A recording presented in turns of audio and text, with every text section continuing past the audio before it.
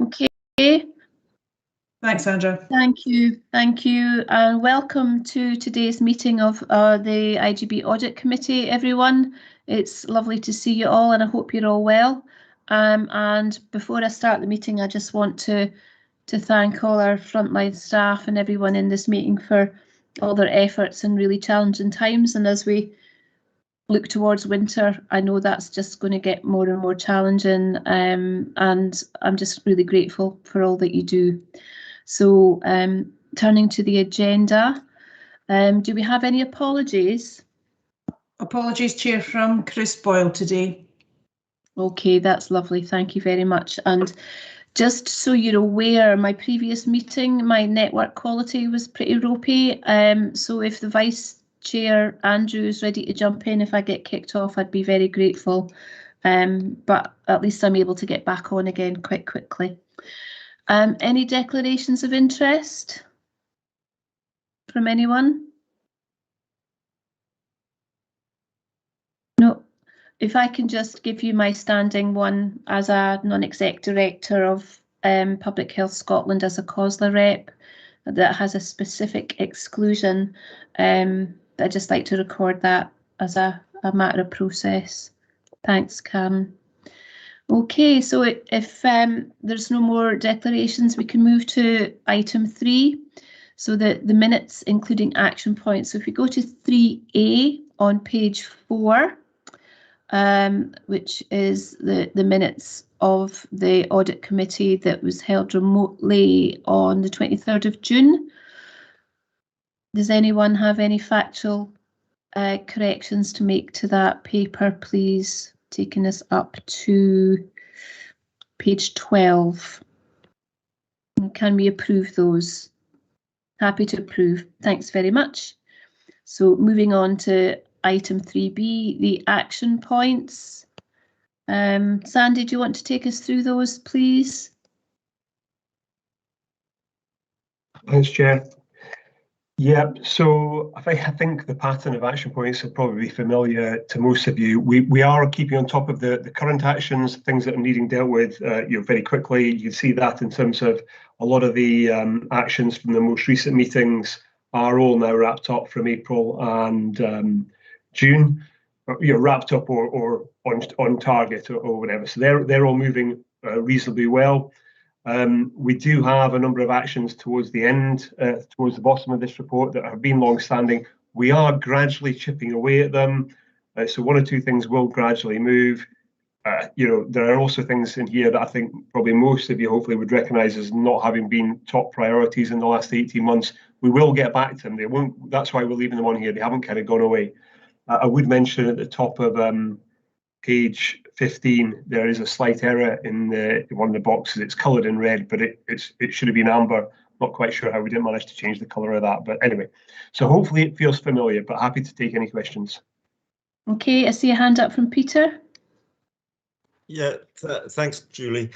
Sandy, is there anything that you feel is not moving as fast as it should in terms of the red items? Is there anything that you're getting frustrated about where you feel that you need the support of us as a committee and Julie as chair? So, right, that's a nicely put phrase there, because Peter, there are some things that absolutely should be moving quicker. And a lot of things, and I've said this a number of times, a lot of things that are stuck within the partnership for us that we're seeing in this committee are not things that we immediately control ourselves, but things we need to work with other people. Now, prior to, I guess, COVID, I could have said I was feeling some of those things really should have been moving on quicker. But I also kind of acknowledged, not just for other people, but also for myself, the ability to solve long-standing problems which are complicated, require a lot of kind of intervention over a period of weeks or months, has really, the capacity to do that has really not been there in the last 18 months. And I think only kind of now are we really able to emerge from that period, not because COVID's solved, but because it's perhaps more settled down a wee bit, and people working in areas such as my own are more able to turn themselves to the underlying governance issues. So I don't think there's anything that we immediately need to escalate, but I absolutely know there are long-standing things that really should have moved on quicker. There are things such as our finance support from Angus Council that should have, I feel, moved on quicker, but I am in dialogue with them about that. There are things regarding things like large hospital set aside that should have moved on quicker. We've seen papers go to the IJB that look forward and deal with the kind of historic background. So there's just time, I think, Peter. So I don't think there's anything, thank you for asking that, but I don't think there's anything we can immediately escalate through this group. Can I then, sorry, Julie, can I then ask you, Sandy, if there are things that are frustrating you and you do need more support, to actually flag those up as needing our support? I will do that. Yes, thank you, Peter. Yeah, and I think, I mean, we've raised those issues on a regular basis at this committee. So, you know, we have talked openly about what those are, and about the use of directions, and, you know, to not be scared to go down that road, because it's part of the process, and it's not such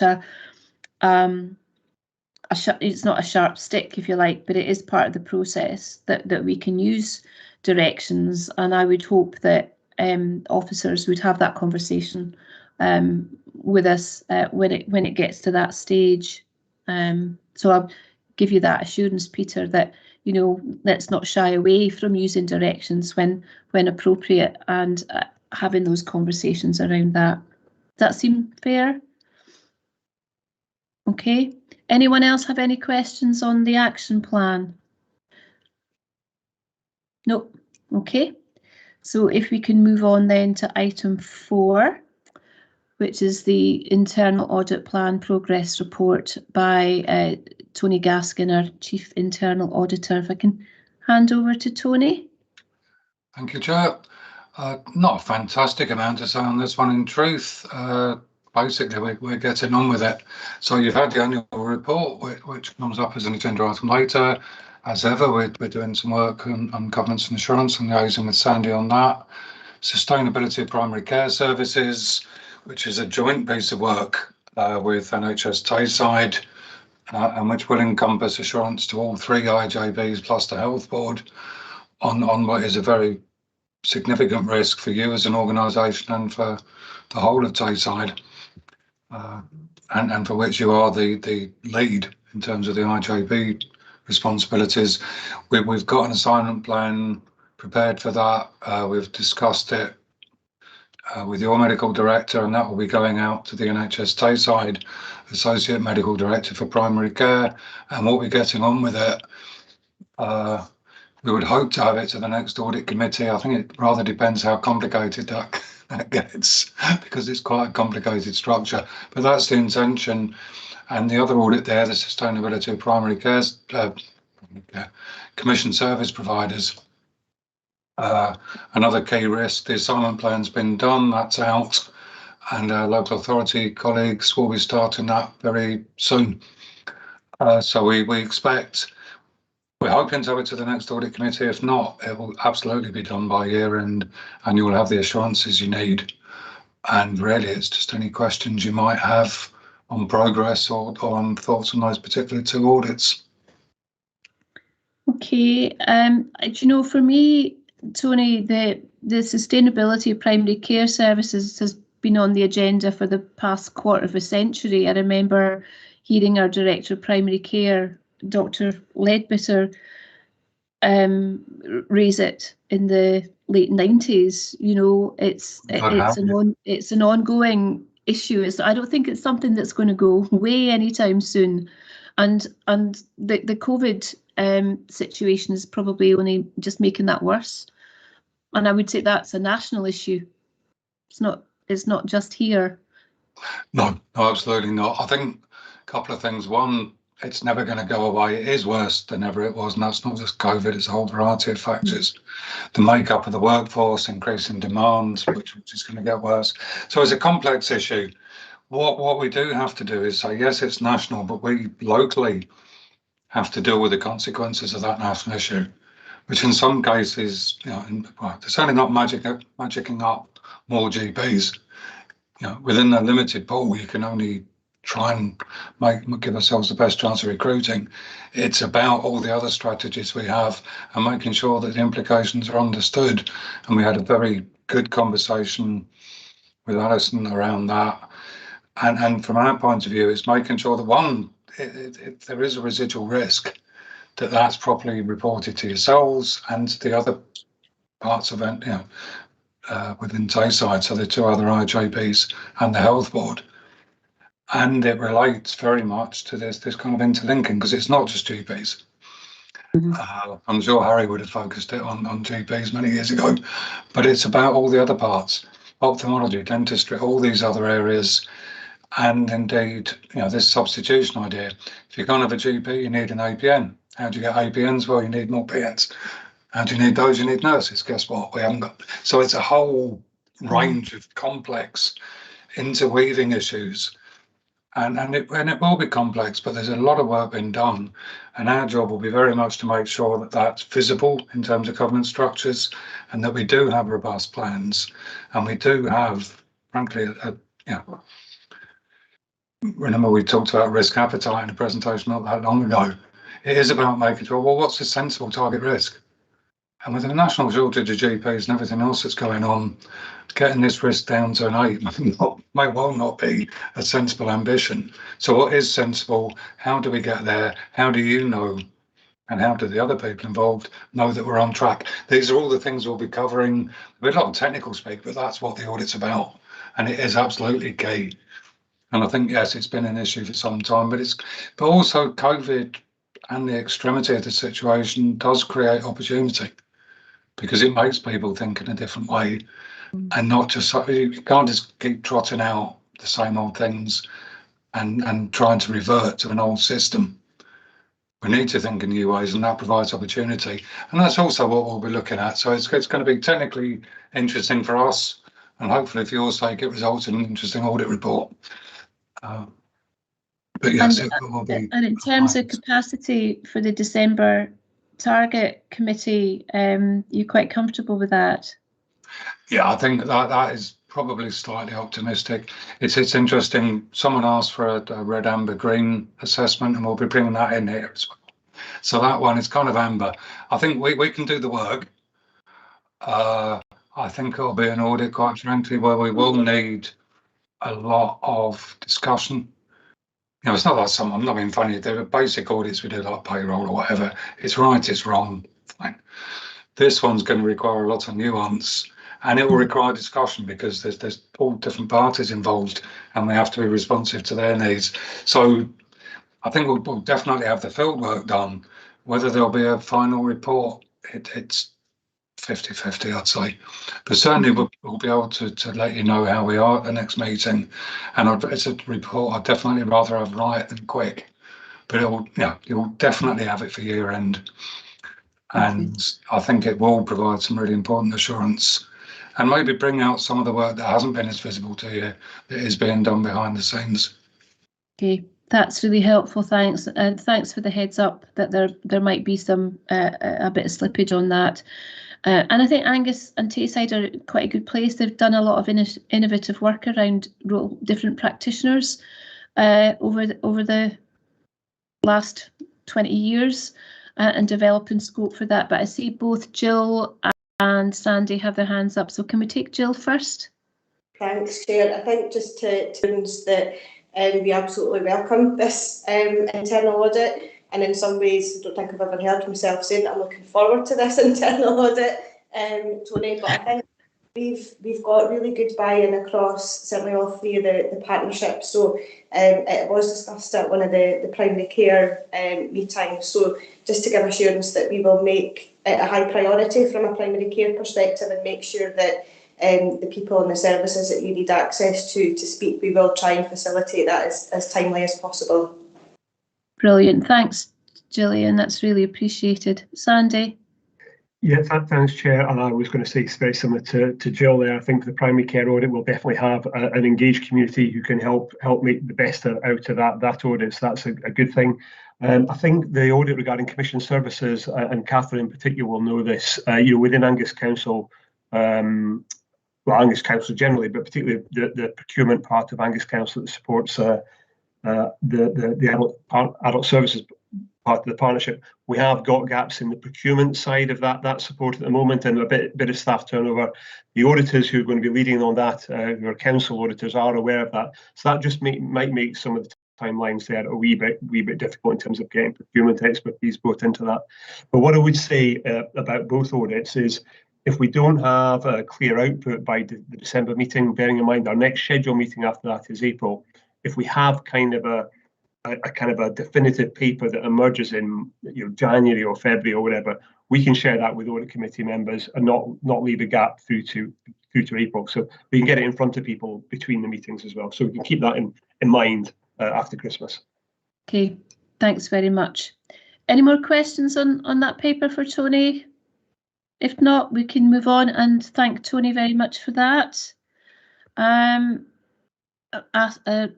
Let me go back. Yeah, we're noting the progress, so I think we've covered that quite effectively, and note any risk to that as well. But thank you to Gillian and Sandy for that commitment to freeing people up. Okay, so item 5, which is the annual internal audit report update. Sandy, are you leading us into that? Yeah, yes, I will, Chair, yeah, and I'll maybe just the background to this is we saw the annual internal audit report. To all intents and purposes, we saw that as a completed item at our June meeting. We know we were working to very tight timelines at the June meeting, and in the discussion at the audit committee, we acknowledged there were 1 or 2 changes that we could, 1 or 2 refinements we could make. Tony agreed to a few refinements verbally during the meeting. He's since progressed these. He might want to comment on them a second ago, but they're clearly set out in the appendix, the first appendix, and they're summarised in the covering paper. And in turn, the IJB said it would refine its management responses, which we've done in the second appendix. They don't take us backwards, they just put a wee bit more detail on them. We do flush out that 1 or 2 things are essentially not new actions, that we've already got them in place, so we're not kind of creating a new response that we have to follow up. But basically, from both, I'd like to think Tony's perspective and from the IJB's perspective in terms of management responses, these are both kind of marginal refinements, oblique improvements, what we saw at the audit committee in June. Okay, Tony, do you want to come in? Do you want to say anything? Not a great deal to add, Chair. I think that one of the biggest changes is the paragraph on page, sorry, I've now lost it, on your page 23, page 2 of our report, which actually, in truth, it was all timing. If you remember, it was to get these through at the right time. And I think I wrote this one, and I was onto the Dundee one, and I was kind of feeling slightly guilty about what I'd done to Angus. So I managed to get this into the Dundee one, but not yours. So I think at the outset I said that there was something I'd like to add. And that happens as you're working on these reports, and even auditors have consciences. So we just felt that added a bit of fairness. And it's right, there's that side of it is something that I wanted to add anyway. It was just a timing issue, and the rest of it I'm perfectly comfortable with. So basically, if you're happy as an audit committee, we are as auditors, and management are, because it's been through their SMT.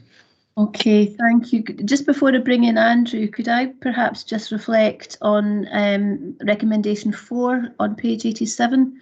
It's also mentioned on page 91 around the IJB and its partners should develop plans to ensure that all senior management roles are permanently filled in a timely manner.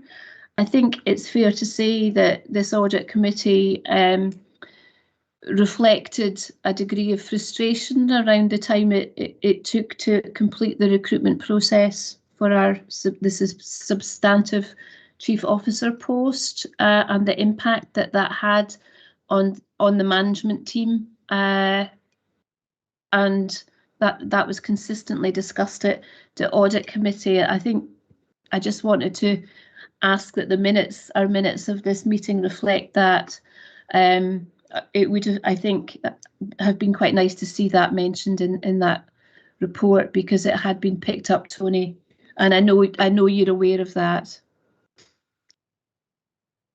As ever, Chair, it's a contest between brevity and trying to present a comprehensive picture, and you don't always get it right, and that's why it's very important that you as an audit committee are engaged, and that's fine, because next time, we'll learn getting a wee bit old to learn, I suppose, but you know, next time we'll make it better. So it's Well, all I'm part of the very learning process. Yeah, thank you. I'm very much hopeful that we don't have to go through that process for a very long time. Andrew. Yeah, it's just a general comment on process rather than content of this report.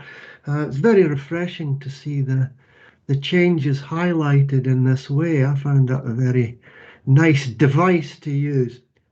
Given that a lot of the reports that we get passing through change quite slightly in content, could we maybe at some point have a think about trying to adopt a similar process for general reporting, whereby we highlight the important changes rather than having to read through all the stuff that we've probably read through in the previous report and trying to spot the difference kind of thing.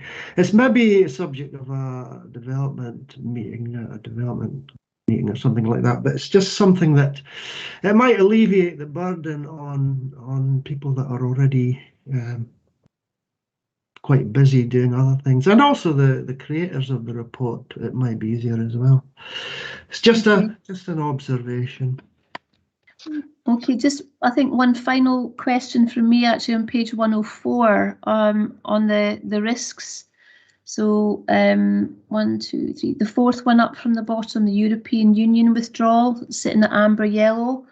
I suspect that there are things happening at the moment that might suggest we need to revise those gradings, but I bow to those with greater knowledge in terms of you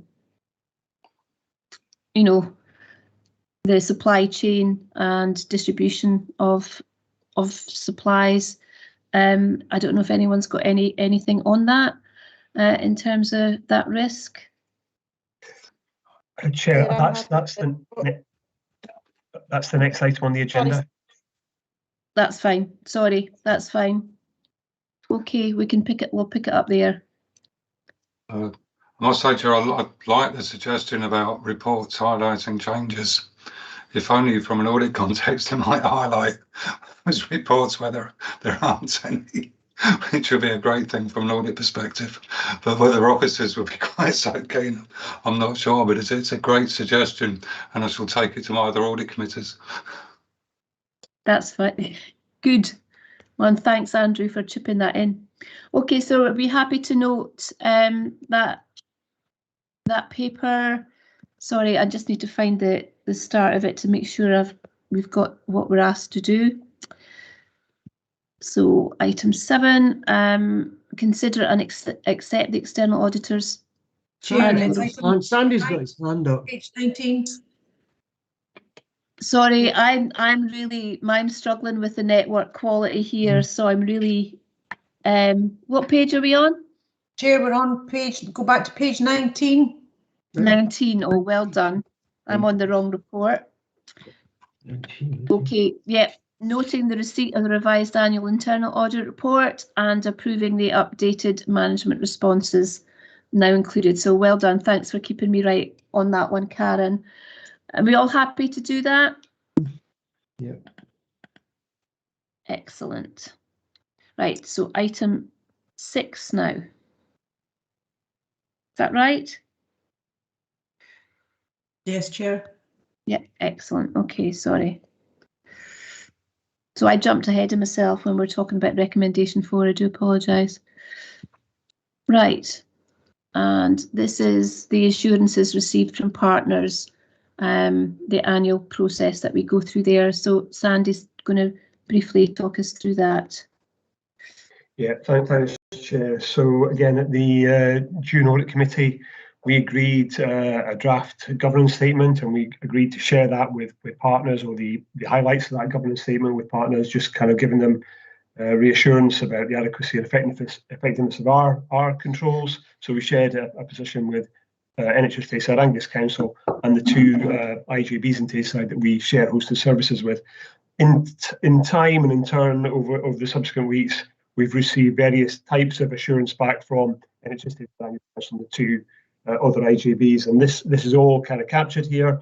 It's all consistent with what we would have hoped to see and what we were expecting to see, which is that the partners are all able to provide a suitable level of assurance for us about the controls they have in terms of services that affect us. So this just brings all of that together, and hopefully feels like a logical summary of what we were looking for. Okay. Does anyone have any questions on that paper? Okay, happy with those assurances? Yep. Okie doke. Right. Let's move on. Oh, apologies. I've lost my paper altogether now.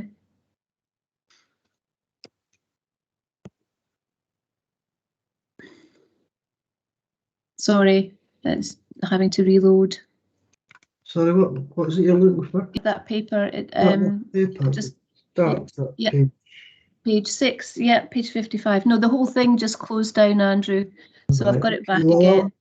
So we've got 6 recommendations there. I won't read them all out, but are we happy to note everything that's listed in those recommendations? Yeah, thank you for agreeing to that.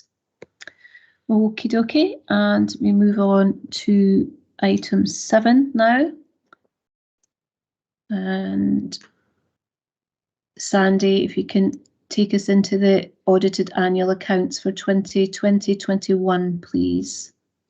Yeah, thanks, Chair. And I apologise for getting here a minute or two late, and I hope everybody's done all the relevant introductions before I got here.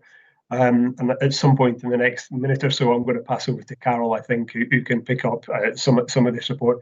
So the timeline here is in June, we brought a set of unaudited draft accounts to the IJB, including preceding papers at that same meeting, things like a draft governance statement and the previously discussed annual internal audit report. So we brought all that to June.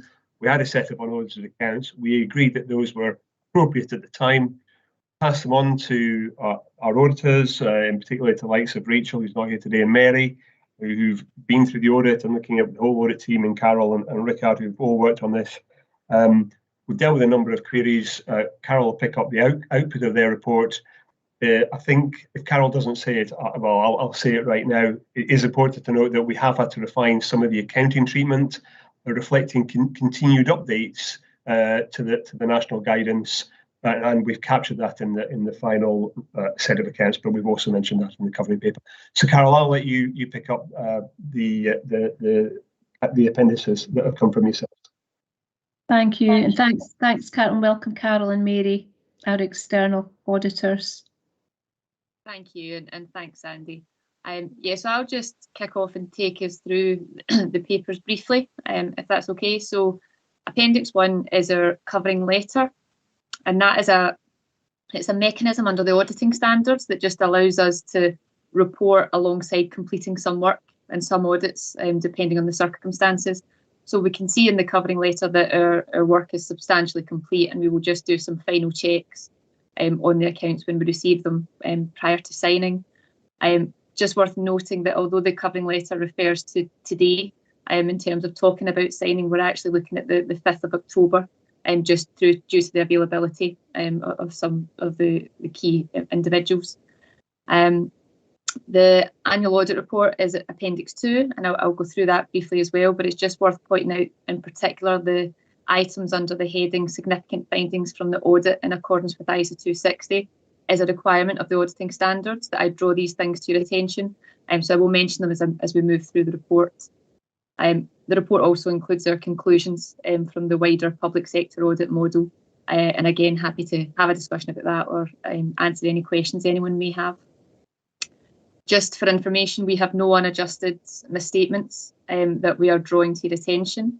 And at paragraph 7 in the letter, within the auditing standards, we are required to just seek confirmation from the audit committee of any instances of actual, suspected or alleged fraud, any subsequent events that you would like to draw to my attention, or any non-compliance with laws and regulations that you're aware of.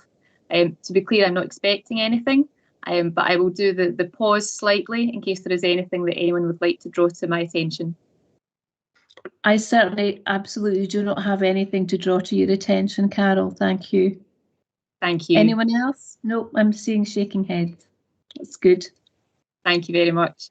The first appendix to the covering letter is the proposed independent auditor's report, which is unmodified. And the second appendix to the letter is the draft letter of representation, which is a core part of the audit process where we get assurances from management in a number of different areas to help us conclude the audit. I'm now scanning quickly through that to get to the start of the report. So on page 73 of the papers, we start Appendix 2, which is the annual audit report. I won't cover the key messages immediately because I will just go quickly through the report to highlight a few things, and I don't want it to feel repetitive. So yes, the report summarises our findings from the 2021 audit of the Angus IJB, and it is consistent with the annual audit plan that we previously presented to you and addresses the audit risks we identified within our plan. I'd just like to point to paragraph 9 of the report, and just to confirm that we did not undertake any non-audit related services. So therefore, there's no change to the audit fee that was previously agreed, and also that we're not aware of any relationships that would compromise our objectivity and independence. And just also at paragraph 11, I would like to thank Sandy for all his support during the audit process. It has gone incredibly smoothly, despite the remote landscape that we work in. So yeah, just to pass on my thanks from the team for all the support we've got as part of the audit. At paragraph 12, just to confirm, the audit opinion is unmodified. As I've said, the annual accounts that were provided to us were of a good standard. They were provided at the agreed timescales, and we were able to progress the audit well with the support that we were given. At paragraph 21 in Exhibit 2, so these are the specific areas that under the auditing standards I'm drawing to your attention. The first one relates to the accounting for personal protective equipment. There was late guidance issued by LASAC in relation to the accounting treatment across the public sector. It's affected health boards, councils and integrated joint boards. Just to confirm, a detailed disclosure outlining the arrangements has now been included in the accounts that are in front of you, and I'm content that that is appropriate in the circumstances and complies with the guidance. The second point I'm just drawing to your attention is really just the impact on the general fund reserve of the year and of the funding that has been received. We have reviewed the allocation of reserves and we are content that these are appropriate, but it just felt important to draw it to your attention given the size of the reserves at the year end. I'll just conclude in a couple of other areas, if that's okay, in relation to the wider public sector audit model. So we had a discussion earlier, but just to confirm that we believe that the IJB has appropriate and effective financial management arrangements in place, and that these help to support effective decision making. We note the underspends in the year that was reported, but that was captured as it developed throughout the year, which again points to strong financial management and reporting. The first recommendation is on page 84 of the papers, and it's just, as you would expect, about the need to continue to review service delivery models reflecting on everything that has happened, and to support the identification and delivery of recurring savings to support financial sustainability for the IJB.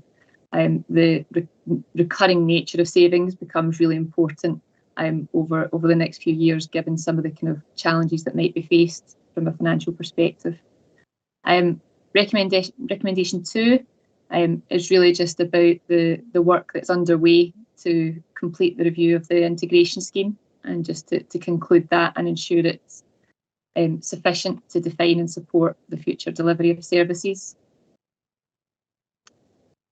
If I move on to page 86 of the papers, again, just to highlight we have concluded the governance arrangements are appropriate and operating effectively. We make a recommendation on page 87 about just ensuring the key governance documents are up to date and available to the public on the website.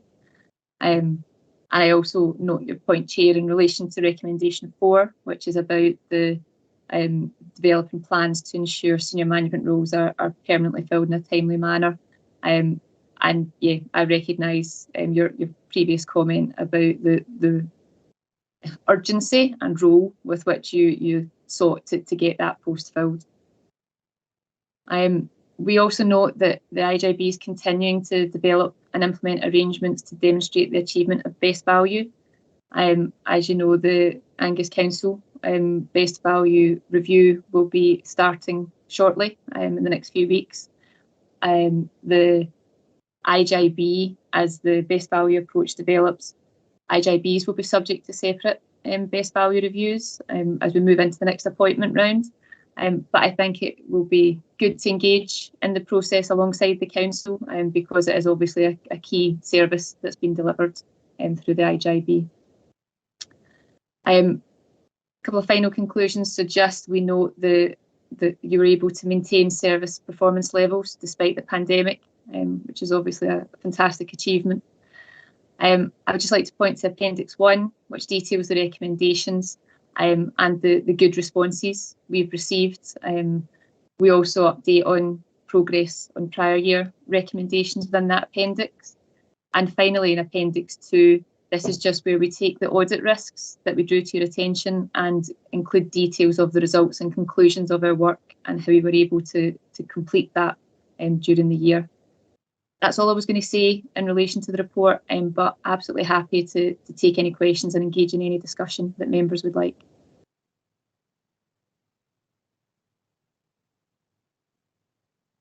Sorry, thank you, Carol, and thank you for reflecting back the fantastic achievement that you feel Angus IJB has achieved. And I did miss some of what you said because of the network quality, but I think I picked out the comfort around the procurement and distribution of PPE and the allocation of contracts around there, which I think is something that has exercised a lot of people across the piece, but that you're comfortable that everything that we did was entirely appropriate and delivered what we needed. Does anyone have any questions for Carol? Catherine does. Absolutely. Great, Catherine. And Sandy. Much for the report. Wondered whether or not there was anything that this group needs to consider in relation to potential risk around the IJB's appetite to take decisions about recurring savings at the scale that will be required, and whether there's kind of any emergent thinking around that and the impact it might have going forward. I'm just conscious these are not easy decisions for boards to take.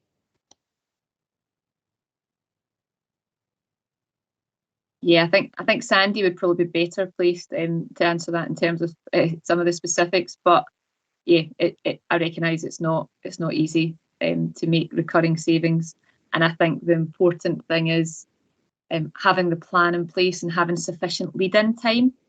I think that's what's really critical when it comes to recurring savings, to ensure that there aren't decisions made at shorter timeframes than you would be comfortable with, to make sure that you have the time you need to do whatever preparation is required and to ensure the arrangements are appropriate. Sandy, I'm assuming you're keen to come in relation to that. Yeah. I was actually not going to ask a question of Carol. I was going to make some comments, but actually one of them absolutely perfectly ties in with what Catherine has just said. Is looking at the recommendations, just two or three comments. One is about the financial sustainability, which is what Catherine's asked about. And we've obviously set out a financial plan in April 2020, and we've reset a new financial plan in April 2021. Absolutely no doubt the delivery of recurring savings in the last 18 to 20 months has been particularly difficult because of the difficulty about engineering change in the system. I think before that, we were already starting to struggle, having had a good 3 or 4 years when maybe 3 years when the partnership was first in place. We did start to struggle a wee bit. It was getting harder.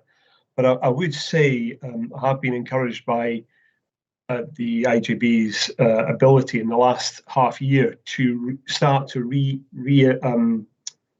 start to be considering some more difficult decisions again. And we have had some difficult decisions. We looked at papers regarding stroke services at our last meeting. The meeting before, we looked at papers making proposals regarding care home provision, and the meeting before that, which was the April one itself, we addressed the big strategic changes between home care and care home activity. So the IJB, I think, Catherine, hopefully we should all feel encouraged by our ability to deal with some of those difficult issues. Without a doubt, though, the gap that we saw in that April report, which looked to be about a gap of £2 million per annum in building cumulatively, does mean we need to keep on top of that. But hopefully the IJB can, on a measured basis, keep going with that. A couple of other comments about recommendations that Carol's referred to and covered. The point about senior roles being filled as soon as practical. I did have obviously chatting to Rachel Mary as we were going, and this report acknowledges it. It's not just the IJB itself; it's the IJB and its partners, and that's something that we obviously have to make work. Not particularly to replace our current chief officer anytime soon, but just to be prepared for any circumstance such as that may ever emerge. But we need to be able to do that and be a bit more comfortable. That'll work more smoothly and more timelessly next time. The other one that I know David's on the call here, he's probably not expecting to get a name check right now, but it's something I do hope to work with David on, the item regarding governance reports and documents. David and I have spoken over the years about updates to this report, the Constitution, that report, or whatever. And I think as we emerge out of this COVID period, we know that we perhaps got behind the curve in terms of updating some of our governance documents, probably more some of the finance ones. And I've got one or two ideas about how we'll create a timeline for reviewing those documents. So it's something I hope to have a chat with David about, and something that we might see come through future IJB Audit Committee.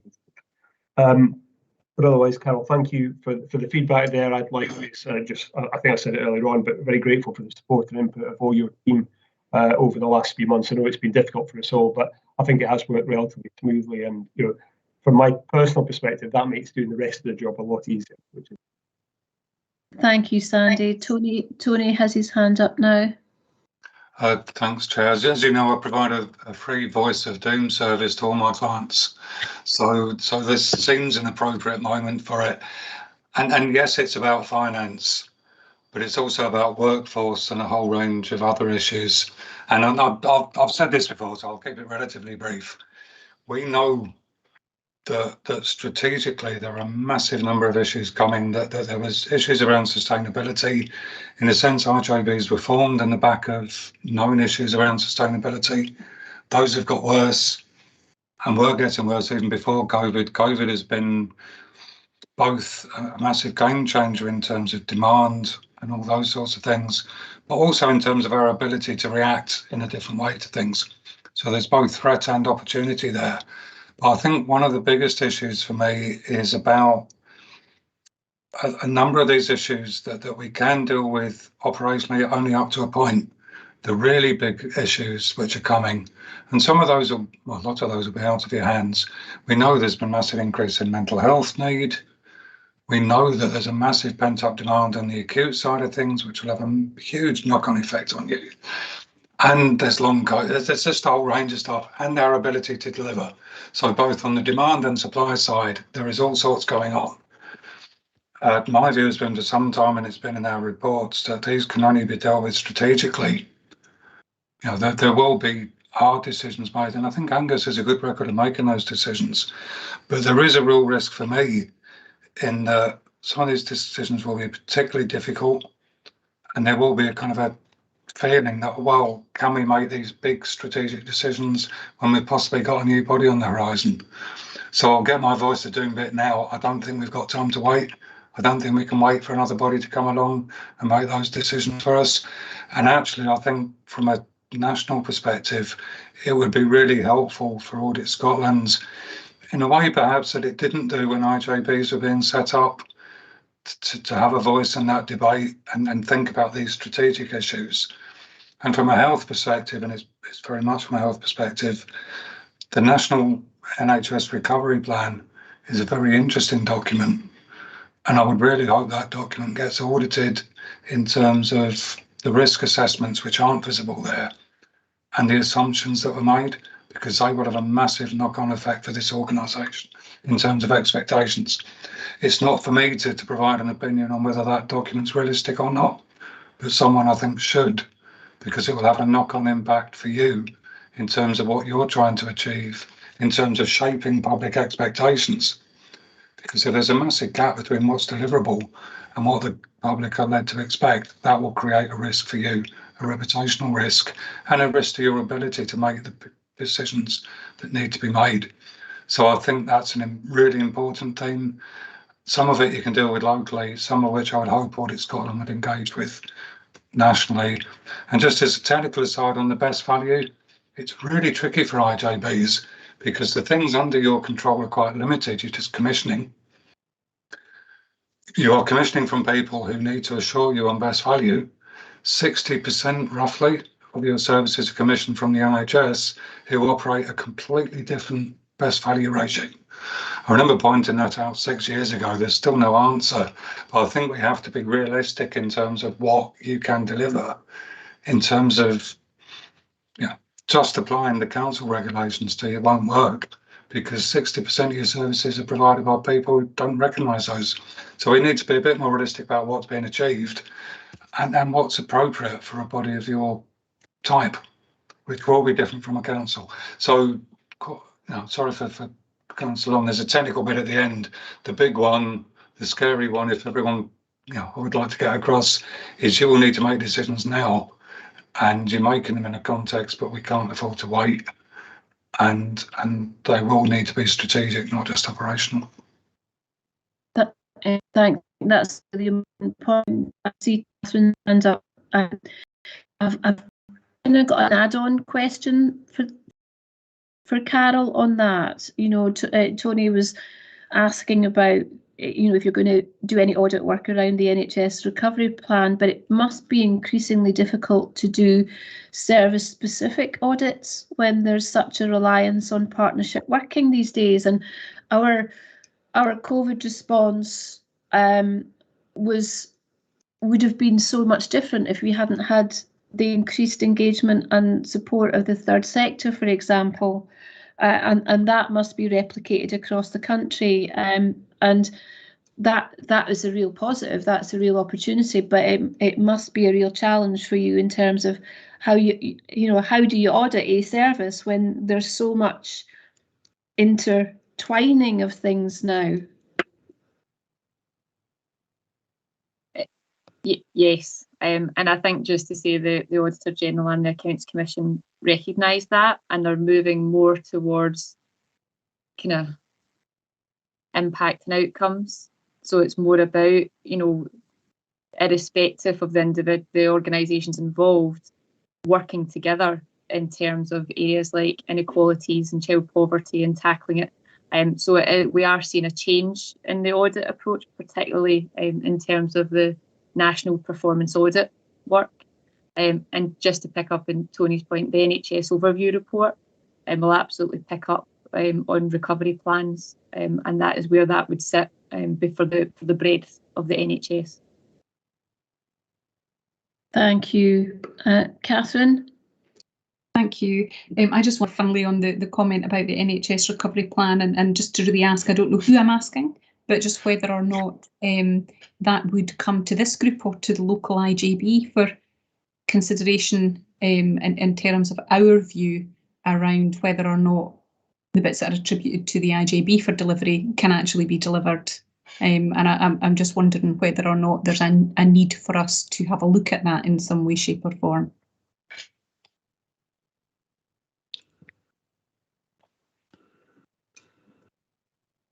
Does anyone want to answer that? Sandy? Yeah, I'm not sure I actually want to answer that, Catherine. I more because I'm not 100% sure the best answer to that. So I think that's a document that came out in August a wee while ago. What I can do though is, I can maybe have a chat with Jill and Gail after this meeting. To be honest, there are so many of these documents. I sometimes struggle to differentiate one title from the next document.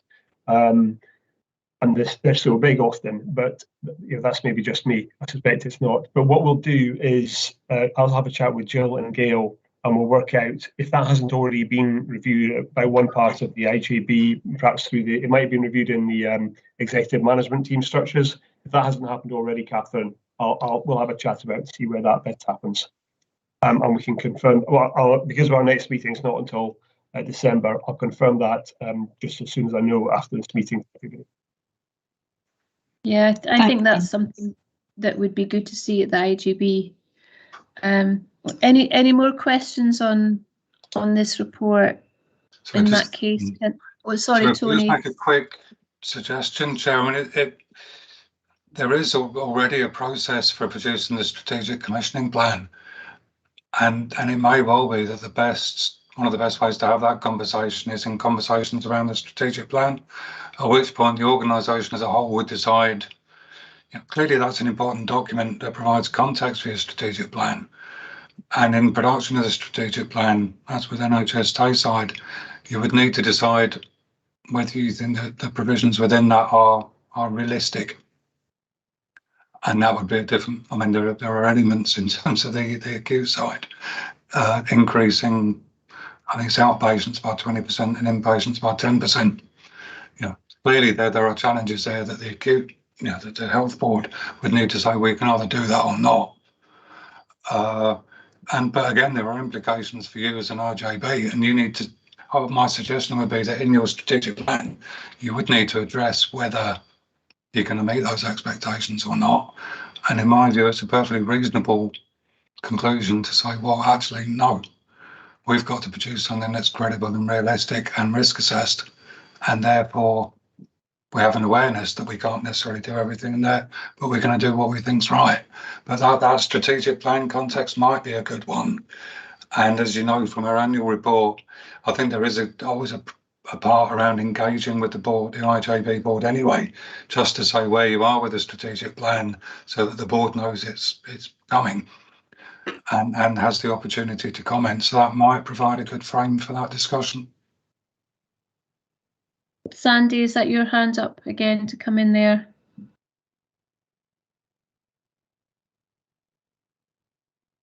Oh, no. Right. I think in that case, a suggestion like that from Tony needs to be listened to. So absolutely take that on board. Thank you very much, Tony. And thanks, Carol and Mary there. So if I can take you back to the recommendations at the top of the paper of this, we're asked to consider and accept the annual audit report, consider the annual accounts and approve the audited annual accounts for signature by the Chair, Chief Officer and Chief Finance Officer of the IJB, and request that any updates regarding management actions are reported to the December Audit Committee. We all happy to do that? Yes, absolutely. Yeah, Chair, can I just quickly comment, Chair? Sure. It's covered in the covering report, but we did make just a few minor changes. I mentioned this just as I was introducing the paper. We did make one or two minor changes as we were going through the report, but as Andrew has mentioned, in this case we haven't subtly highlighted all the changes. Yeah. To be frank, Andrew, honestly, I'm just thinking about this probably being about 12 versions of this report since the last one, even though it's seemingly just gone from June to September. There have been lots of iterations. But honestly, nothing really substantive, mainly around one or two things that we flagged up about disclosures about things to do with COVID spend. Okay, thank you very much. Okay, so happy to do all those recommendations and move on to item 8, which is the follow-up actions. And I think, yep, Sandy will be taking us through that. Thanks, Sandy. Yeah, thanks, Chair. Okay, again, it's a relatively familiar report. What, again, we can see is some progress on a number of items. We have got some older actions that are a bit stuck. We know that, but even on some of the items that have been there since 2018, they are largely complete. We've got one or two kind of box notes there just saying how these are progressing. We know that some actions regarding things like risk management have moved forward, even though we haven't necessarily concluded a whole group of them, but they have moved forward. We've had development sessions about things like risk appetites. It would be fair to say that some of the outputs of the data quality audit that probably was finishing about the time COVID was really just kicking in, we haven't managed to deal with them as quickly because we just haven't had the management capacity to get through that. So we will get back to them, but we haven't been able to prioritise them, as I was saying about some of the other actions right at the beginning of the meeting. And then right at the very end on page 136, we've included, for the first time this meeting, new actions regarding the charging for services audit. Work is now happening on that. We've shared it in a number of groups, which is the first action. We're developing plans to take that forward, which is the next action. And that is starting to move. So hopefully this doesn't feel like it's new news. We have been stuck with a few things, and this kind of reflects the fact that we have been stuck with a few things over the last 18 months, both some of the more recent things we haven't managed to do yet as quickly as possible, and also some of the things that have been hanging around for a while. But happy to take any questions.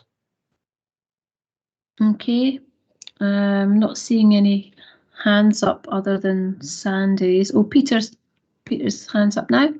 Yeah, this is comes back to what I said at the beginning of the meeting, Sandy, about sort of frustration in not achieving things. I think this is a really good example. There's a whole pile of red stuff. Now, I understand the issues we've had around COVID and the partners have had around COVID, but I think on the report itself, section 2.A as opposed to section 3, if you could list there where you're frustrated by whom and how, and then we can, and what action you'd like us to take.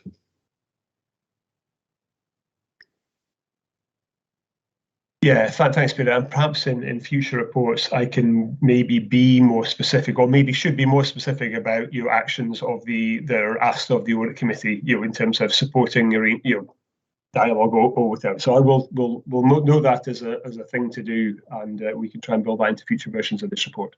Thank you. I actually had a little question on page, where am I? Page 136, Sandy, the AN 0622. Where does that system sit around home care contract monitoring? Is that within the council?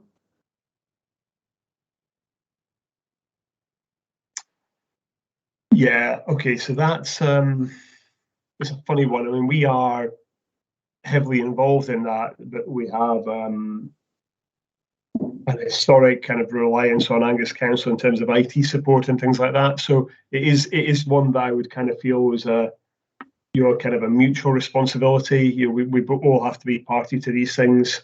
So I don't think, generally with a lot of IT, we're trying to do that in conjunction with the IT department of Angus Council. The introduction of home care monitoring systems is something that is a kind of effectively a modernisation moving on. It should allow improved data quality. So it is something that we're very much aspiring to do. It's quite hard work working with a number of different providers. We've got quite a lot of providers, maybe 10 to a dozen of big providers delivering home care in our 4 localities.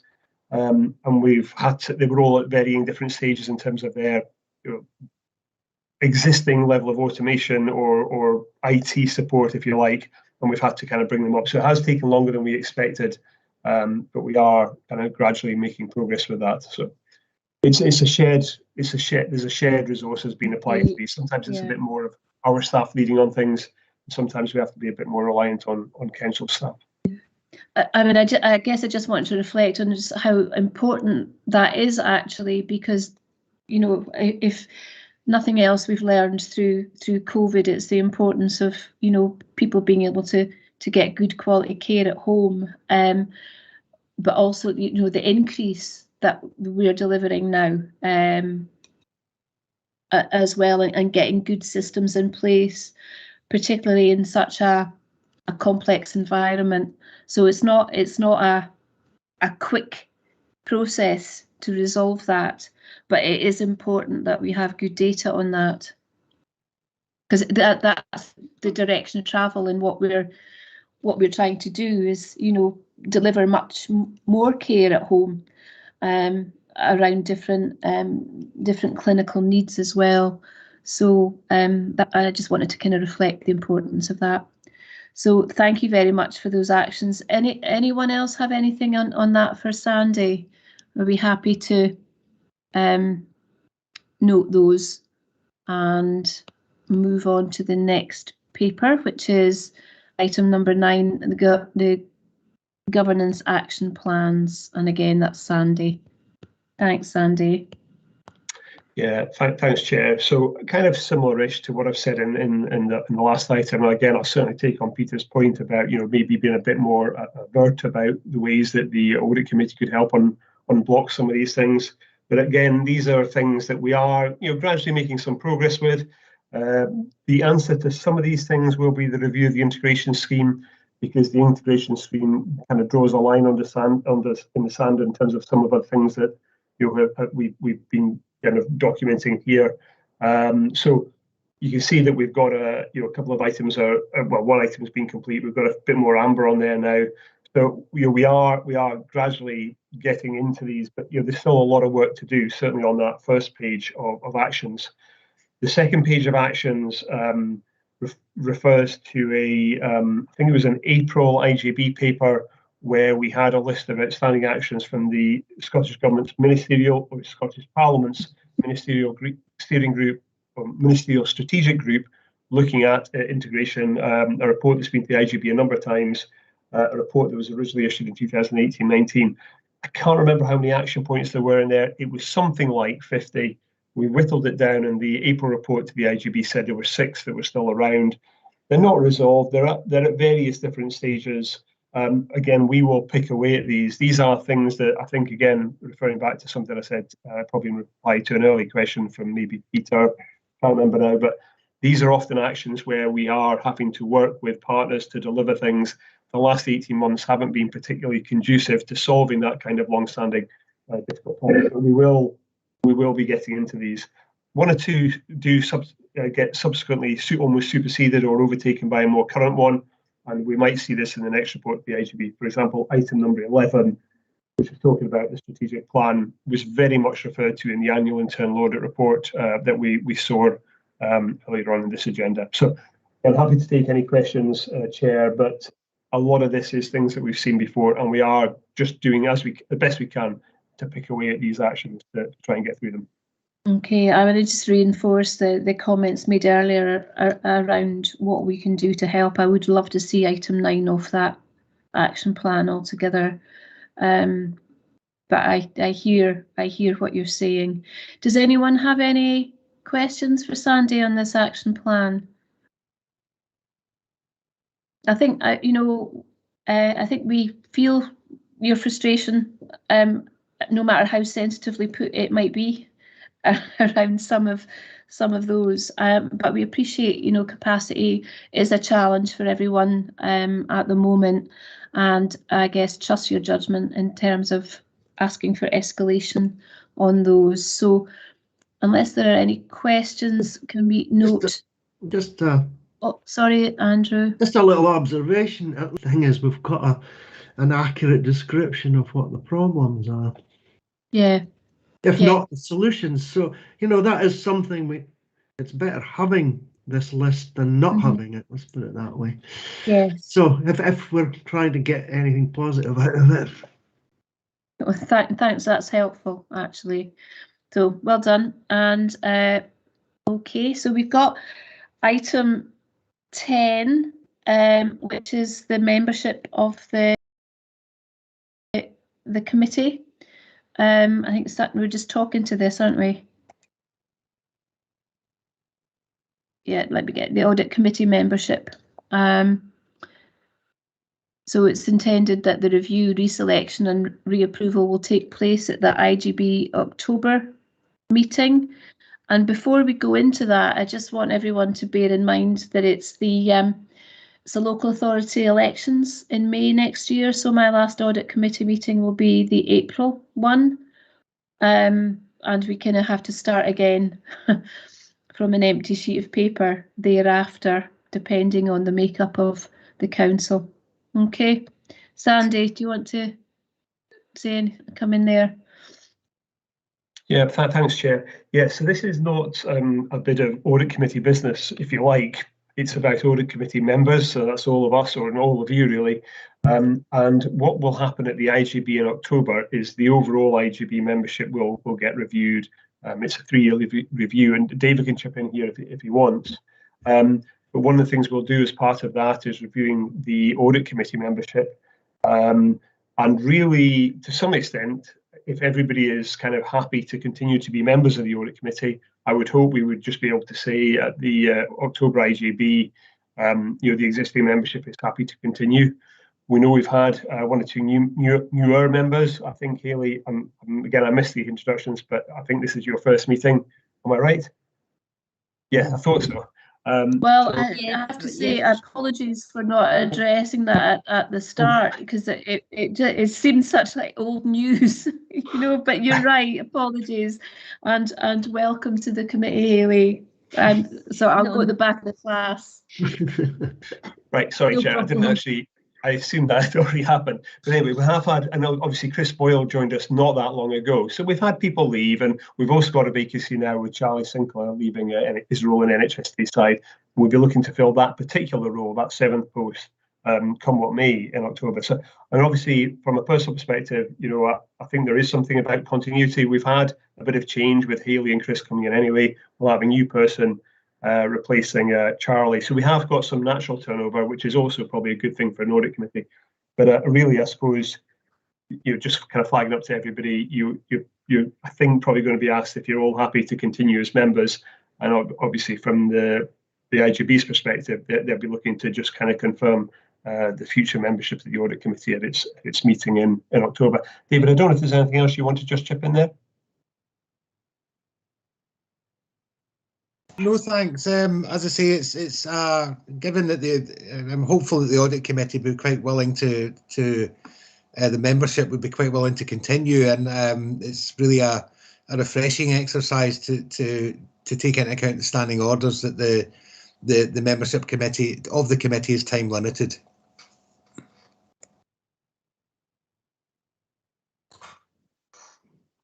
Thanks, David. Okay. So we all happy with that? Oh, Peter, sorry, just caught you there. Yeah, the only thing I would flag is that my term of office comes to an end in June next year. I've done my 6 years, my sentence is served, so I will have to resign from the audit and from the IJB and from the SPG and so on. So okay. You might want to take account of that in the October renewal. I mean, I'm happy to continue until then, but just be aware. Yeah, okay, that's helpful. What do we do about succession planning in a situation that Peter's just mentioned there? Is there somebody waiting in the No, I think wings to take over? There's a number of activities going on, Andrew. In the carers group, we're trying to identify blockages for people to succeed me, which is mainly about replacement care, I suspect. And we're then looking for somebody to be nominated, and then they go through the standard recruitment process for membership of the IJB. But that's got to kick off within the next couple of months, because it's going to take some time. Yeah, okay, thanks. There's a process, yeah. Yeah. Okay. Just out of curiosity, Andrew, what's your term? I think it's coming up quite soon as well, but it's not as soon as Peter's. I can't remember offhand. I remember reading that when Peter said it. It's going to be 2018 was when I joined. 2018. So you'll have done your first 3 years, but then 3 years. You get a subsequent 3, don't you? Yeah. That's the latest one. So I've got a few years to go yet. But again, that's another thing we're going to have to start thinking about succession planning as well, rather than end up with a gap. Mhm. Yeah. Because it's we want to make it as seamless as possible. Yeah. Absolutely. So that's Good. maybe in about a year's time I'll start thinking about that and discussing it with Gail and how she wants to do it. Yeah. Super. Good. No, it's good to start thinking ahead. These are important things. So thank you very much for that. And that just leaves us with the final item 11, to confirm the date of the next meeting, which is Wednesday, December the 8th at 11:30, which will be my second last audit committee. Always assuming that I'm kept on after the October IJB. Okay. Well, thank you very much, everyone, for coming along today, and we'll see you at the October IJB. Yeah, everyone, take care. Good to see you. Thanks, Bye. everybody. Thank you.